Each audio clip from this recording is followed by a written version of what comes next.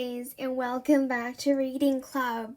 I'm so sorry that the sound of the last few videos were off. I'm so sorry, I don't know what happened, but I think it's fixed, but I apologize again.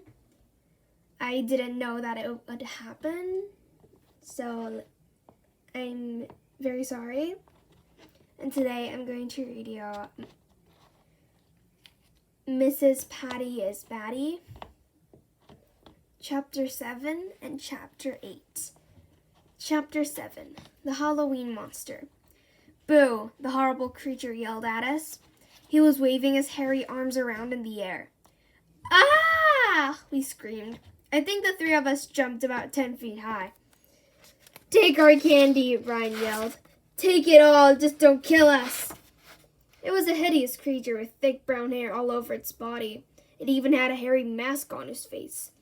The only thing the creature was wearing over all that hair was a pair of underwear, tighty whities. I thought I was gonna die. Are you the Halloween monster? I asked, trembling. No, dumbhead, the thing said as it took off its mask. It's me. It was my friend Billy, who lives around the corner. Hey, that costume is cool, I told Billy. What are you supposed to be? Ryan asked. Take a guess, Billy said. A vampire? Guessed Michael. Nope. A werewolf? Guessed Ryan. Nope, said Billy. I'm the underwear wolf. Get it? A werewolf in his underwear is an underwear-wolf. Well, the only thing funnier than getting someone to say underwear or seeing someone in their underwear is a kid dressed up as a werewolf in his underwear. Billy is weird. Where are you guys heading? He asked us. I'm finished trick-or-treating. We're going to 176 Norman Road, Michael said, showing Billy the map. Our school secretary lives there.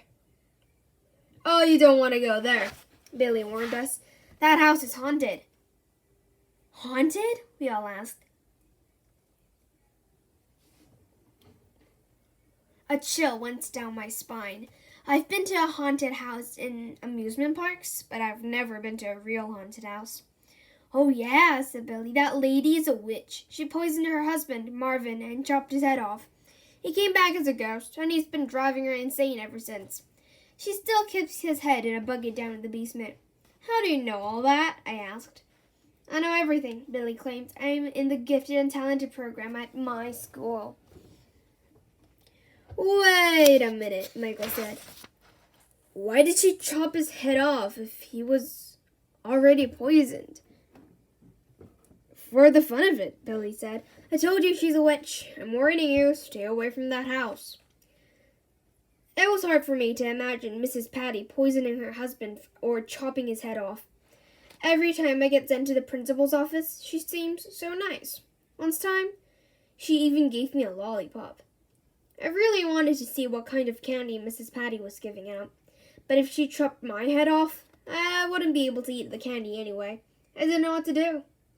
I don't believe you, Ryan told Billy. Mrs. Patty isn't a witch, and she's got more candy than anyone in town. That's what she told us. She just told you that so you'll come to her house, Billy said. Go and see for yourself, but don't say I didn't warn you. When she poisons you and chops your head off, don't come running to me. Billy left. I put my hand over my neck. Maybe Halloween isn't my favorite holiday after all. Chapter 8. The most horrible, dreadful, disgusting, repulsive creature that ever walked the earth. Maybe we should go home now, I told Michael and Ryan. We have plenty of candy. Go home? Michael said. Are you crazy? We haven't been to Mrs. Patty's house yet. She has more candy than anyone in town. But what if she chops our heads off? I asked. Stuff like that happens all the time, you know. She's not going to chop our heads off, Ryan said. Your friend Billy doesn't know what he's talking about. Yeah, Michael said. And Mrs. Patty told us over and over again that we have to trick-or-treat at her house. She might chop off our heads if we don't show up. Good point. Michael really should be in the Gifted and Talented program. We kept walking down the street. It was dark now and scary. I was looking all around just in case the real Halloween monster jumped out from behind a wall. Do you think Mrs. Patty's headless husband Marvin still lives with her? I asked the guys. Ghosts have to live somewhere, Michael said. They're just like regular people, except they're dead. I feel sorry for ghosts, said Ryan. They're like homeless dead people. We turned the corner onto Norman Road, where Mrs. Patty lives. That's when I saw the most horrible, dreadful, disgusting, repulsive creature that ever walked the earth. It was Andrea Young. She was with her annoying little friend Emily, and they were dressed in their girly costumes. Emily's mom must have sewn that dumb queen outfit together again.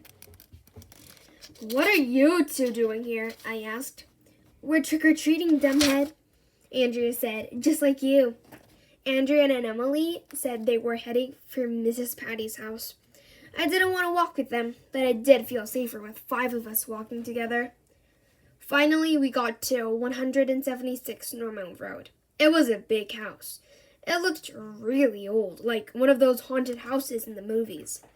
There was an iron gate on the outside and some dead trees made the driveway. Wow, Andrea said. I didn't know school secretaries lived in mansions. When we got closer, we peeked through the gate and saw Mrs. Patty's Halloween decorations. There were tombstones sticking out of the lawn. A foot was poking out of a window. There were jack-o'-lanterns with evil faces, spiders hanging from strings, and cats with eyes that lit up. Smoke was coming out of a big pot. Spooky music was coming out of speakers. There was a dummy sitting on a chair on the front porch. I hope it was a dummy anyway. If that thing moved, I decided I was going to make a run for it. This place is creepy, said Emily. Andrea shivered. Mrs. Patty sure goes all out when it comes to Halloween. But she didn't get to finish the sentence because suddenly the front gate squeaked open. Nobody even touched it or anything. Come inside, said a weird man's voice, if you dare.